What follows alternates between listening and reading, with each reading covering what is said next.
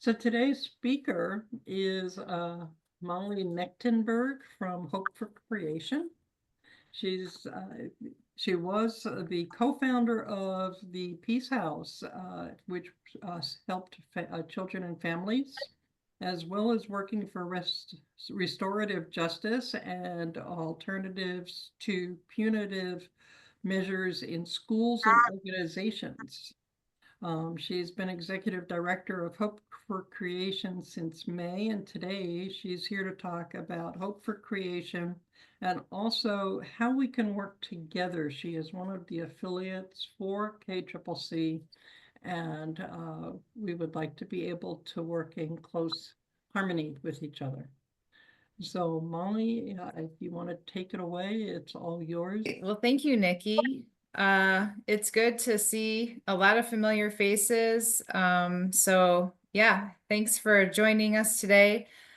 I always like to start with just like a moment to remember our gratitude for the earth and recognize that we are living beings on this living earth, and there's so much that we can be thankful for. So I just like to start with thinking about something, looking out your window and thinking about something that you're grateful for in your space that you're in right now. I just love looking out and seeing the snow. It's really beautiful. I know it's been a lot, and it's been a lot early this year, but I always appreciate how beautiful snow is. So I'm grateful for that. And I also want to acknowledge the land that we're on and its traditional stewards, the Ojibwe, Odawa, and Potawatomi people, and just recognition that they were true stewards of this land. And it was when Western civilization moved in and stole it and took it, that all of the practices of extraction and mining and pollution and dumping and deforesting, all of those things that have been so destructive and have taken so much from the earth and not done much to give back. So just recognition of that. And I know we've talked about this a little bit within our group. It's too late for us to be stewards of the earth. I mean, we can still use that term, but we've done so much damage that the term that we've been using in Hope for Creation is healing. We need to do earth healing. Obviously we can still be stewards, but we haven't done a great job being stewards of the earth. So now it's time to do some healing. So what I want to do is just talk a little bit about the history, and I'm glad Steve's here and other people who can help out with that, because I've only been around since last May. I did want to start though by sharing the purpose of our group. So our mission statement says that we are interfaith climate action for people and the planet. So it's an interfaith, people of faith and conscience, really. We like to keep it pretty broad. People who feel any kind of connection or spiritual connection with nature, people who are coming from a community or not, right? Everyone is welcome to participate in the work that we're doing. And it's also important to remember that faith communities have played a very important role in social movements throughout history in the US and all over the world. And just really briefly to look back on that for a minute, the Quakers were instrumental in getting the abolitionist movement going. A lot of faith communities joined that effort. Obviously a civil rights movement. There was so much work being done out of the Black churches in the South, organizing trainings, or as a space to gather and get ready to go out and march. And then in the 1980s, what's called the sanctuary movement, as people were fleeing political unrest and oppression down in South and Central America. There were a lot of faith communities that took people in and gave them sanctuary. And then maybe a little bit more relevant to us is more recently Standing Rock. So the indigenous effort to stop the Dakota Access Pipeline coming in. So these are all examples, right, of how faith communities have played a very important role in social movements. And so it should be no surprise that with climate action, that faith communities are on the forefront of that struggle as well. And I want to talk a little bit more about that in a minute, but a little bit about Hope for Creation. 10 years ago, Hope for and individuals came together after hearing Bill McKibben speak when he came to Kalamazoo. And I'm sure other people in this space were at that event. I know that I was.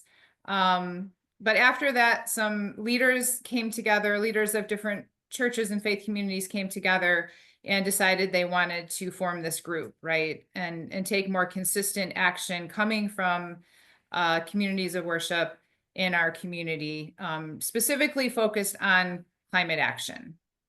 So that's the history. And I know since then there have been a lot of efforts of education, book discussions, some partnerships, getting community gardens going, bringing having speakers. So just a lot of kind of consistent, faithful presence over the years in the greater Kalamazoo area, and trying to pull more faith communities into this work. So it has grown over the years. So I'm going to just pause. Steve, is there anything else you want to say about the history, or is there anyone else here that wants to chime in on this part of it? You know, we have been doing this work for 10 years, but then on the other hand, we've been doing this work for 10 years, sort of. When I think about history, I think about how much effort has gone into trying to move the needle, and yet here we are still. Mm-hmm. We just have to keep going. Yeah. Yeah, so 10 years later and we're still doing the work. Thank you. Yes, you're absolutely right. I wanted to highlight why this effort is important coming from these different faith communities, because I have this book. Somebody gave me this great book. It just appeared one day, Faith-Based Statements on Climate Change. It's great. It has every single religion and denomination and a statement that's coming from that, that religion or that denomination on climate change. So this isn't just coming out of nowhere. This environmental work, earth care work, care for creation is not just coming out of nowhere. This is oftentimes found in the religious texts, in the sacred texts that people use, coming from leaders, coming from the community, right? That this is important work. And so I love this book because I can just open it up and read the statement from the, well, that was an ecumenical one, but Islam, Hinduism, and then they have many denominations, the Quakers, Unitarians, right? So it just shows you how broad this environmental work goes across different religions. It's a really common theme coming from different practices and beliefs from all these different religions, is care for the earth and care for the people that are on this earth. And so you can't really separate the two anymore, because we know that climate change is having serious impact, especially on the most vulnerable populations. So it's no surprise that climate change work is becoming more and more of a priority and talked about in different faith communities, because we've seen that this is a common thread throughout. And it actually is a great example of communities coming together with different beliefs, but they have this common cause of care for the earth, right? And care for the people. So we have material that can help us speak our truth and do it in ways that can bring us together. There was a quote, and I actually will credit Jeff Spoelstra, because I saw this on Facebook the other day, and I wanted to read it because I think it also helps to tie our work into climate change work. And it was from Gus Speth, who is an environmental lawyer. So the quote goes like this: I used to think that the top global environmental problems were biodiversity loss, ecosystem collapse, and climate change. I thought that with 30 years of good science, we could address these problems. but I was wrong. The top environmental problems are selfishness, greed, and apathy. And to deal with these, we need a spiritual and cultural transformation. And we scientists don't know how to do that. So I appreciate that because the science is there, right? The climate scientists, they're very consistently now talking about the impact of climate change. The solutions are there, right? We have the solutions. We know what needs to happen. And yet like we still have this significant crisis on our hands, very slow action, very slow response to what's happening. And so I appreciate what this person, Gus Speth, is saying about it being a bigger problem, a spiritual and cultural problem, a society that's in a world that's focused on selfishness and greed. And so in that way, it makes the work in faith communities very, very relevant because these are some of the values that communities of worship are able to address in a way that scientists are not able to address, right? So it's a collaborative effort between the scientists and the leaders of faith communities and the people to move this forward. And it's all important work. So in terms of Hope for Creation and kind of the direction that we're moving now, we did some work last August, and we talked about some of our goals for moving forward. And it's exciting because previous to me, there was always a coordinator, but when I was hired, it was a little bit more of like it's still a part-time position, but it gave us a little bit more time and to kind of do the work that we want to do. So there can be time for visioning and there can be time for actually like getting some stuff done.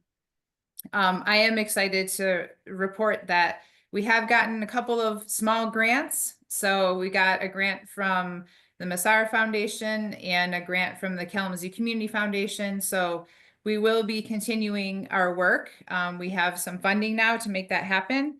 So it really opens up, having that funding really does open up a lot of opportunity for us to have a bigger impact in our area. So we're doing more fundraising. So yeah, keep talking about Hope for Creation. We need that community support as well. So we came up when we met last August, we really kind of focused on the word resilience, just recognizing that climate change is happening, its impacts are being felt. And so part of what we need to do is build resilience, right? And we broke that down into 3 different areas: ecosystem resilience, community resilience, and spiritual resilience. Obviously, that spiritual resilience piece is unique to our organization, right? Because we do have that focus of faith and spirituality. And knowing that that is something that we can draw on to kind of keep us going, right? So finding our shared spiritual practices and our shared spiritual thinking that can bring us together, help us stay hopeful, help us stay motivated. That's where that spiritual resilience comes in. We want to incorporate a piece of that into any kind of event that we do, because that is, again, what makes us unique. So I just started with that spiritual resilience, but I'm going to move backwards. The ecosystem resilience. So that is also, pretty straightforward. We want to look at how we can help our ecosystem heal and how we can reduce our carbon footprint. And as most of you know, a lot of these houses of worship have nice pieces of property. There's a lot of green space that is often, not always, but oftentimes attached to churches and congregations. So how do we use that green space? Now, when I think back to like when I was a kid, I grew up actually in the other side of Michigan, but went to Catholic school for 6 years. And our play area was a big giant parking lot. And then there was a big giant field next to the parking lot. So if you think about congregations in your neighborhood or that you have attended over the years, that's a pretty common theme you're going to find: a giant parking lot, right? That drains water all in one direction, doesn't have any kind of place, eliminates any kind of natural landscaping that might help water get absorbed into the earth, right? So a big parking lot, and oftentimes just a big open space, or it's not always cultivated or used very well. And more, we're recognizing that these kind of green spaces are contributing to the problem, right? There's oftentimes not a lot of shade for gathering, not a lot of shade to, to help keep the sun off of, the grass and help keep things a little bit cooler. The runoff problem is real. There's a lot of mowing that's involved in keeping up these properties. So I think the mindset around how to use green space is shifting in our society. And I also think it's shifting in our green spaces that are attached to faith communities.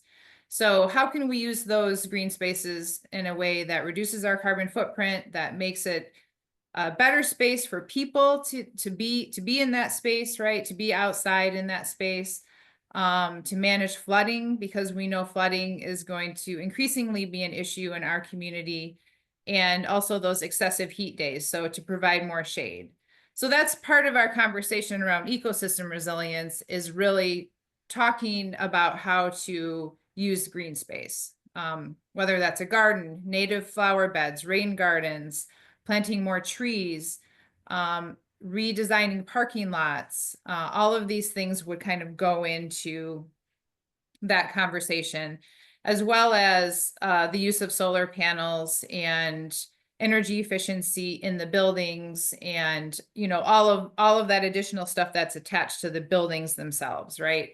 So this is all stuff that we are trying to talk about and share wisdom and expertise on, as our network grows, and as new ideas and new energy comes up for this. We want to make sure that these conversations are happening so we can help with that ecosystem resilience piece. And then that last one, the community resilience, this is an important piece too, because as I mentioned, climate change is happening, the impacts are being felt.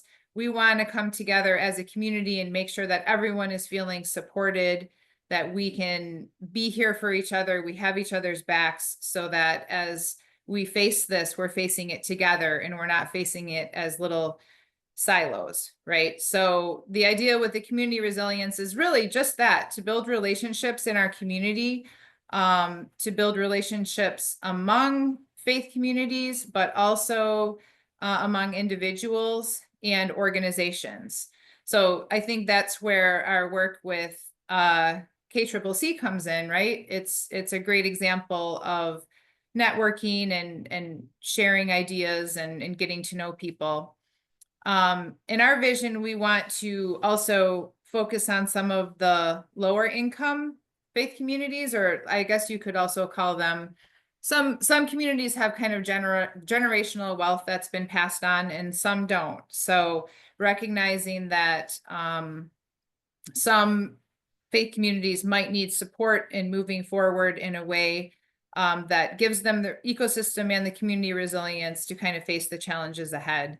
So to network and support those communities would be one of our goals for the future. So those are our 3 goals. I kind of talked a little bit about each of those. I just want to pause and see if anybody has any questions so far. Any questions? I have one. Yeah. When you're talking about community supportive, being supportive of communities, are you talking also about using the churches then as warming stations, cooling stations, flood relief, that kind of thing? So that people have a place to go, and would that be communicated to the non-church members within an area?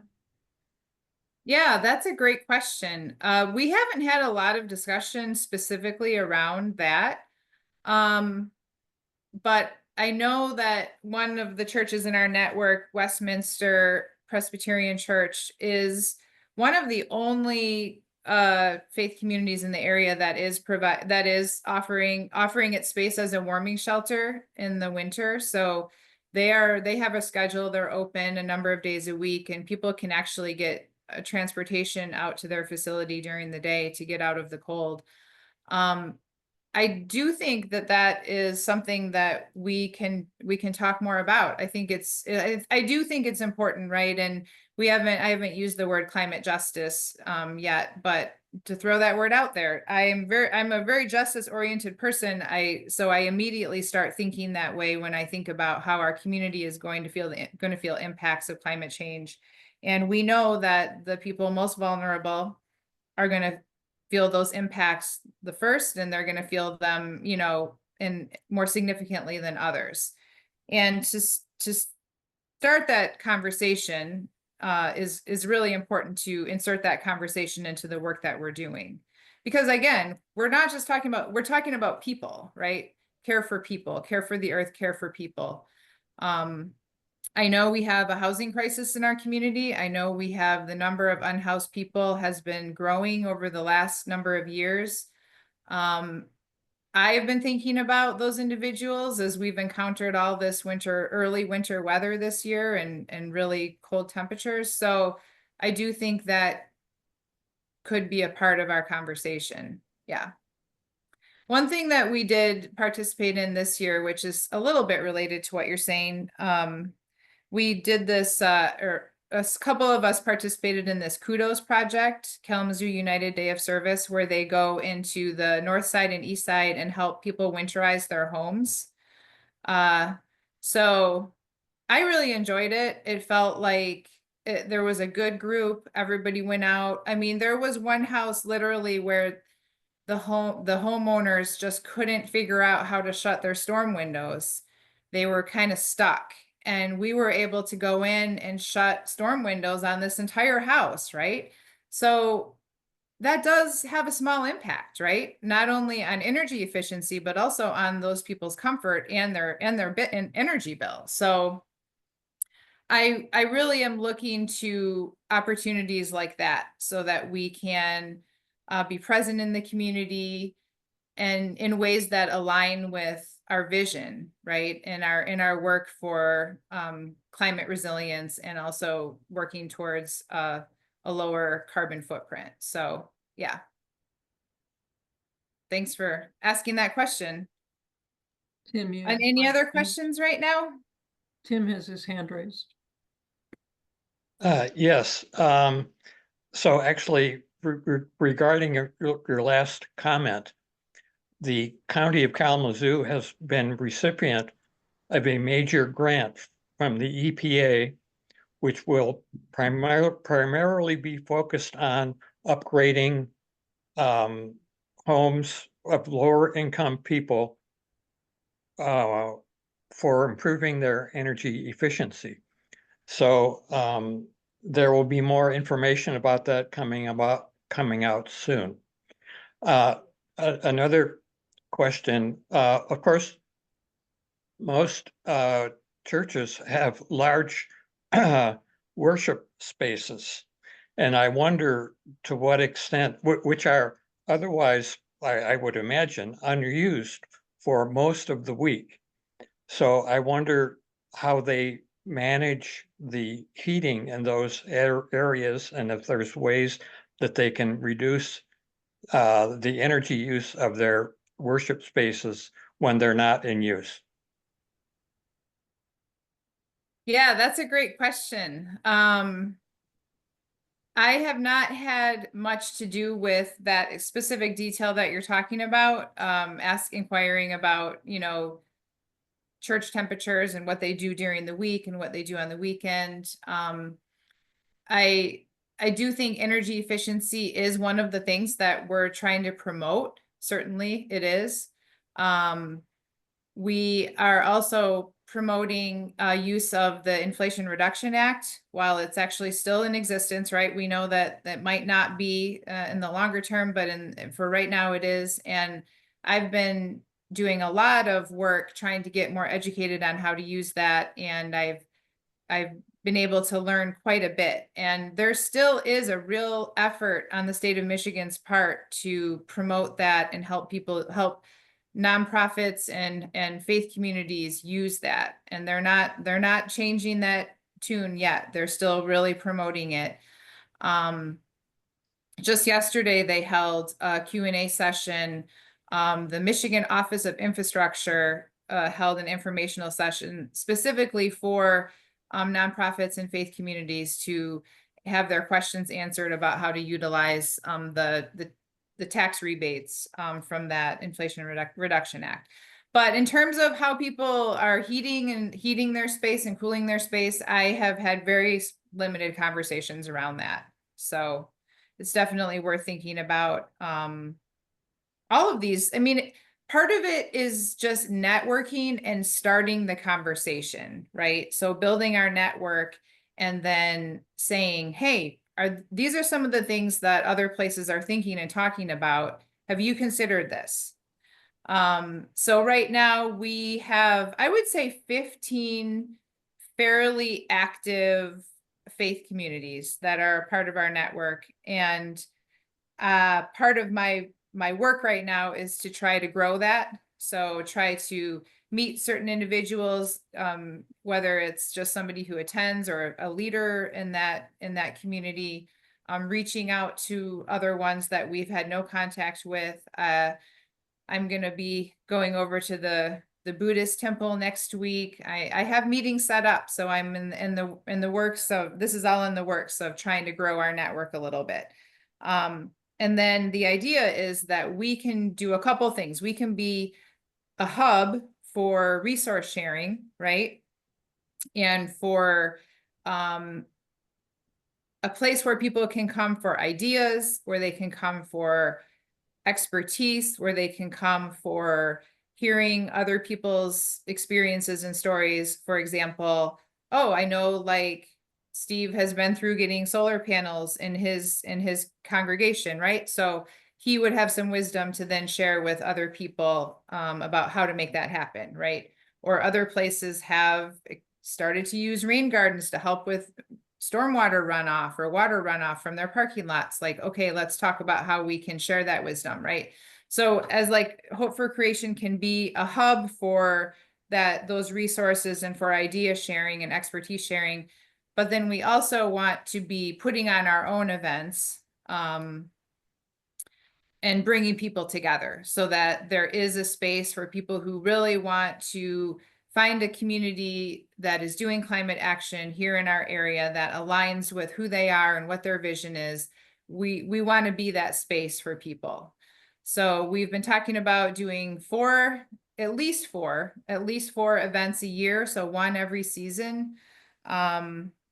We have a networking event that's on our calendar for February 8th. And that's kind of an opportunity to bring new people in, for people to come together, and exactly what I was talking about, some idea sharing, some really practical sharing of things that we can do, but also just to kind of come together and build community and get to know each other. So that networking event is going to be this February. In the summer, we want to do, I'll back up. In the spring, the idea is that we partner up with a lower income congregation and collaborate with them on a project, right? So, and that would kind of be, collaboration means that, okay, what would you like to see happen in your green space, or what would you like help on? And to do like some collaborative work together where we can provide some people support and maybe even some financial support in order to get some of these things done where they maybe wouldn't normally get done.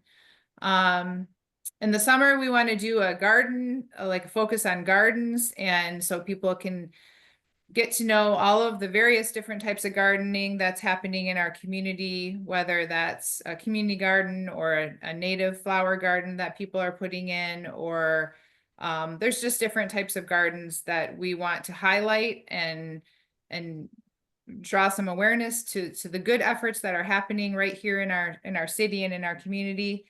And then in the fall, we just did this recently. We called it the Harvest of Unity. It's really just a gathering space where we can bring in somebody to speak, and it's really just gathering and educating and trying to get inspired from work that's happening. So those are kind of the ideas of our 4 seasonal events that we're going to be doing. But we will also be hosting occasional book discussions, educational events, participating in community efforts that align with our work.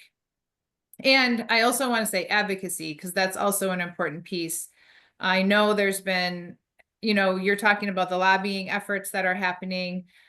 We want to be plugged into those as well, as much as we can. And I was really disappointed to miss the day last week in Lansing. I had something I couldn't get out of, but to do that kind of advocacy work in our city and in our state especially is important work right now. I do think that the local work is a good place for our group to put our energy in the state work, because we know that on the national level it might going to be a little bit off track here for a while. So putting a lot of effort into local work, I think, is a good strategy for us.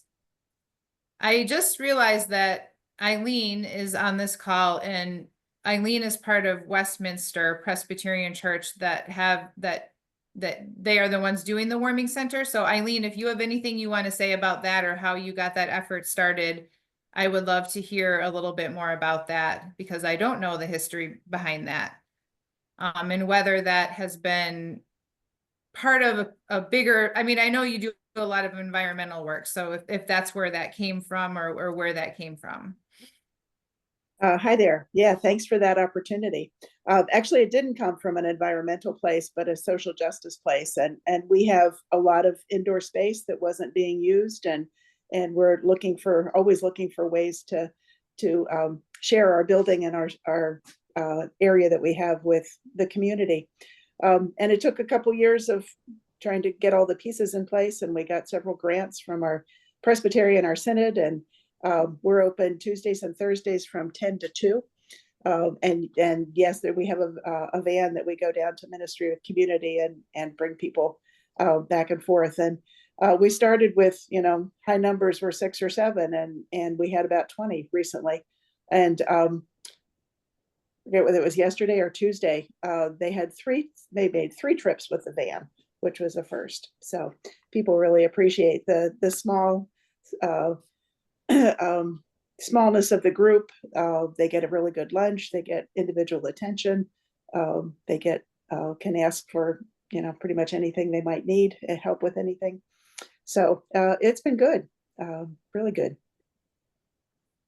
That's great. Thank you. And And do you just do that in the winter or in the summer too? yeah, no, just November to March. Mm-hmm. Great. Yeah, and we love volunteers too. Can I ask Eileen, do you, like with the tornado victims, do you open the church to overnight if there's an emergency in town? Yes. Yeah, I've only known that we've done that once, and when it was many years ago, and when the electricity was out. And yeah, we had people sleeping up and down the halls and in the gym. So yes, I think we are an official shelter. I might as well say this too while I'm on. I've been involved with Hope for Creation for a good while too, and the committee that I serve on is just a small group of us who are interested in providing recipes for plant-based eating, because we know that that's such an important part of caring for creation, and we want to give people some options. So we, find our own recipes, make them up, do some research. We always try everything out. There's a page on our website with maybe 15 or 20 plant-based recipes, all tested, and we're working on adding to that continually. So another resource. Well, and I just want to highlight kind of what Eileen is bringing to the conversation. So how big is your congregation? Like, how many people would you say? We have about 150. Great.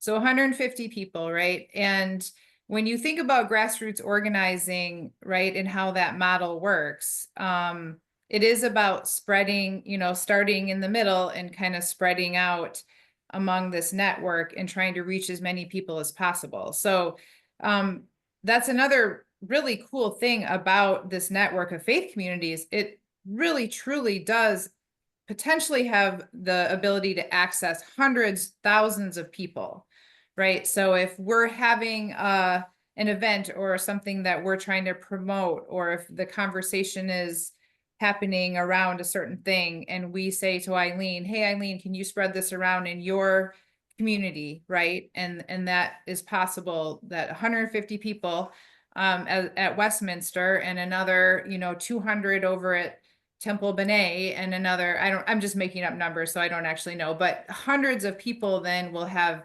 at least be hearing this. Now, what they do with it, we don't know, but we do know that climate change is being talked about more, not just in the news, but among people.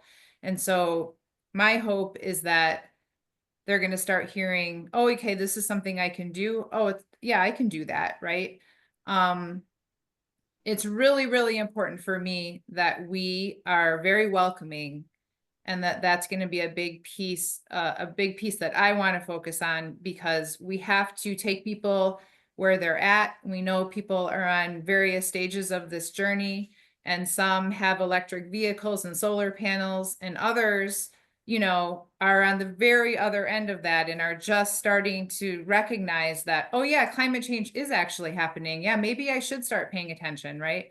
So I want to make sure that we are being welcoming to anybody where they're at.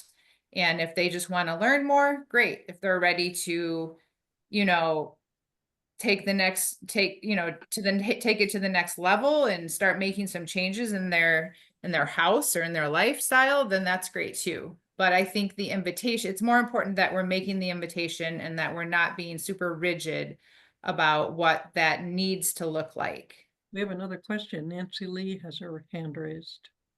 Well, I appreciate this whole focus, and I'm and after Eileen was talking about bringing up about the plant-based recipes, well, this opens up, of course, this whole circle around the food, which we have many silos going on, right? And I think that as I say, there's lots of silos in Kalamazoo, but I think part of what we envision is bringing these different areas of interest together.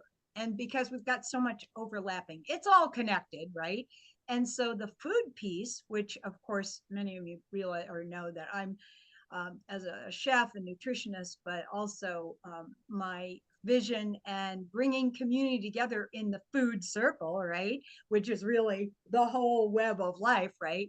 About food and nourishment is one of the key pieces of this. And we, obviously gardens and bringing it to a practical level of what can people do, because I think people, they recognizing more of the issues, but they don't know what they can do actually, or they feel helpless, like they can't do enough. And so, this touches in many arenas, but how that, many things are focused around our food, and it's like food is something that everyone connects with and obviously interacts with, and it's a way to start, having contributions and so forth. So I would love to network with you. There are other groups, for example, the chefs group that I'm involved with. There are more and more awareness about how can we integrate these disciplines and really come together in circle. And that's what the food circle really is about, is let's get together around our food and remember who we are. I'm grateful for this group, and love to connect with you, and network with you on this. Yeah, sorry, absolutely. The climate control, or the climate reception last night was canceled, but I was really impressed with the consciousness about the recipes and the food that's going to be made available, more plant-based, vegetarian kind of food. So these are the kinds of little actions we can do, and food is definitely one of the most powerful vehicles for personal and planetary transformation. Well, Yep, absolutely. There were a couple of functions at Hope for Creation, and the food was always either vegan or vegetarian. Yeah. I did just remember one other piece that we're going to be focusing on, and that is working with young people. That's also an important part of our networking, is to make sure that we are finding out what's happening that young people are already doing, but also recognizing that it's another population that we, among our faith communities, there are a lot of, elementary, middle, high school, college age students who care deeply about this issue, and trying to create a space for that within our organization is going to be part of our focus. I have this vision in the bigger picture of an interfaith youth council on climate change.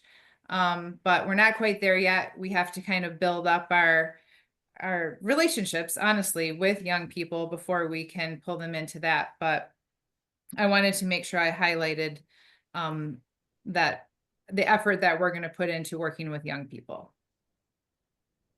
Any other questions though? First of all, I'd like to thank you for highlighting the book that you did, which is from Citizens Climate Lobby, which they produced probably 8 or 10 years ago. Great. And we have a couple other copies of that we use in our tabling. And Citizens Climate Lobby has what they call action teams, and there are action teams for particular religious or denominational groups specific to those.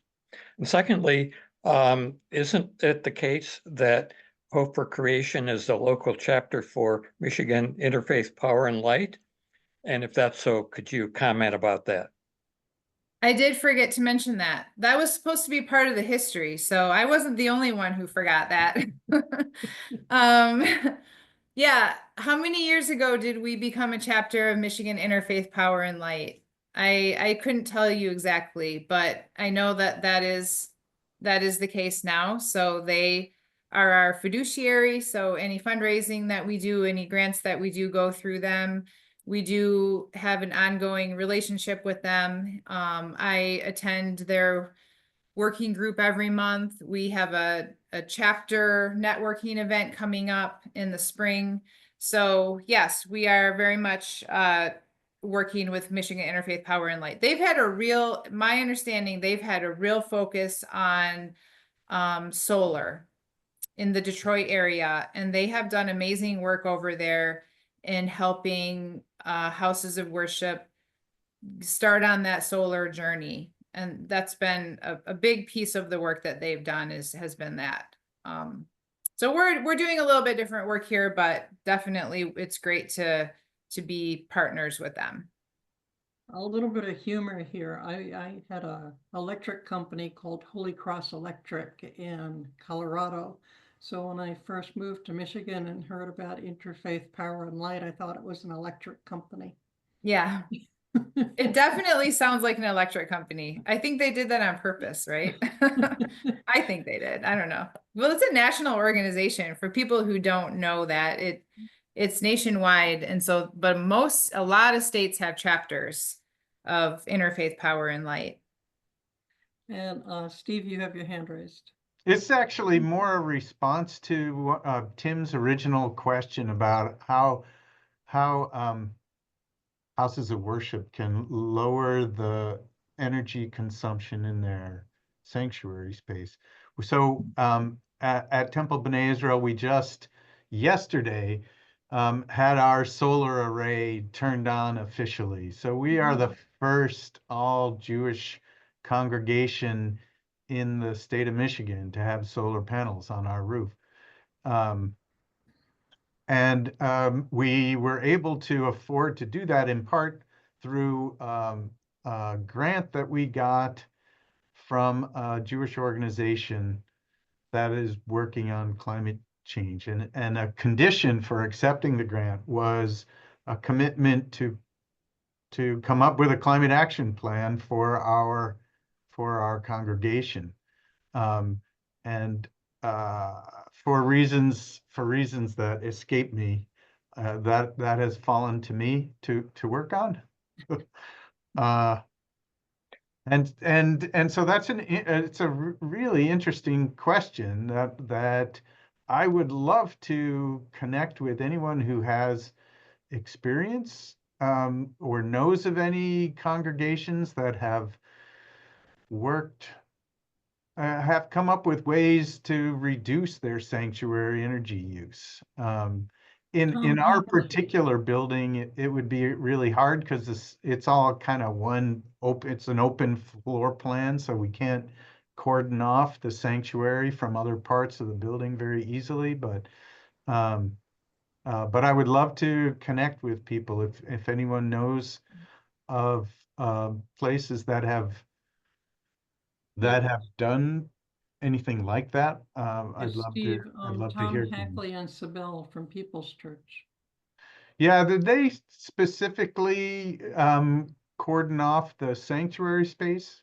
That I don't recall hearing about that. I know that they've worked on other parts of the building, but not the They sanctuary. don't cordon it off, but they've changed the lighting in there. They've changed some of the air circulation in the sanctuary area. So Yeah, okay. they Yeah, might it's- be helpful. Sure, that's a good idea. Thanks, Nikki. But that's another thing that we do here is we ask for help. We ask for people who are knowledgeable, and usually somebody can come up with an answer somewhere along the line. Jeff, you have a question? Just pointing out lots and lots of entities, small to large, have climate action plans now, or they're revising their second to ever climate action plan. So keep that in mind, Molly. There's a kind of a network. I think of Western and K College, the county's writing a plan now with Taylor. You're probably aware of a lot of that, but to me, there's a network of networks of climate action planners. And then people are all grappling with, how do we implement projects and in what order and what funding's available out there. And if we find a donor, where can that donor fit into one of the many, many places they could fund something? So I can help with that if you ever want to try to map that out. I haven't seen it mapped out in a while by anyone else, but that's probably a kind of a power mapping or a planning mapping exercise that could be pretty useful for Southwest Michigan. Yeah, thank you. I really like the idea of even just looking at other people's climate action plans, right? And having that as a model to share. So I know there are congregations in our network that do have a climate action plan. So I guess that would be a great place to start, but thanks for pointing that out. Yeah. I will say one thing. I have been spending time reading this book, another book that I really have enjoyed, Not Too Late. It's edited by Rebecca Solnit and Thelma Young Lutunatubua. But this book has been great for me to read, and it's had a lot of really hopeful stuff in it. If I can find one little quote that I really liked, I will end with that. Oh yes, here it is. Here it is. I found it. So James Baldwin, we all know James Baldwin.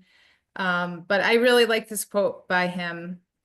Wherever human beings are, we at least have a chance, because we're not only disasters, we're also miracles. I like that because usually you hear about the disasters and you don't hear enough about the miracles, but people can do incredible things when they come together. And I feel actually pretty hopeful in this moment because I'm seeing a lot of people come together on this particular issue right now at this moment in history. So I'm feeling the energy, and I hope all of you are too. And I appreciate all the work that you're doing and look forward to collaborating in any way that we can. Okay, great. Thank you. Thanks everyone for Thank you for the coming. discussion today. I think it was an interesting discussion. We covered a lot of topics about how faith communities can actually be helping quite a bit. So thank you all for being here.